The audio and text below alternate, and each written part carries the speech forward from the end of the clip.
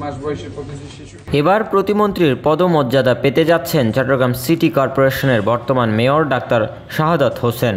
রবিবার স্থানীয় সরকার বিভাগের সিটি কর্পোরেশন 2 শাখা থেকে এ সংক্রান্ত একটি চিঠি মন্ত্রিপরিষদ সচিব বরাবর পাঠানো হয়েছে, যে চিঠিতে ডাক্তার শাহাদাতকে প্রতিমন্ত্রী পদমর্যাদা দেওয়ার অনুরোধ জানানো হয়।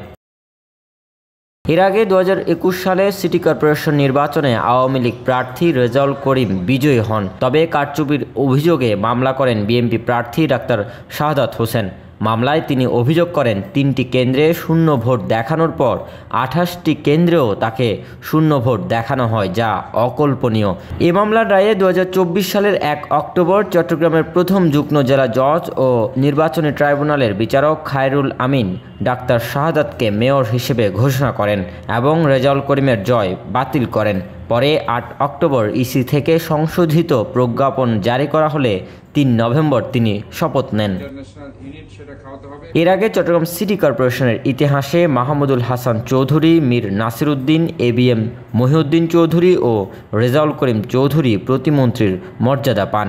এবার সেই তালিকায় যুক্ত হতে যাচ্ছেন বিএনপির মনোনীত প্রার্থী mayor doctor Shahadat Hossain. Desk report, news now 24।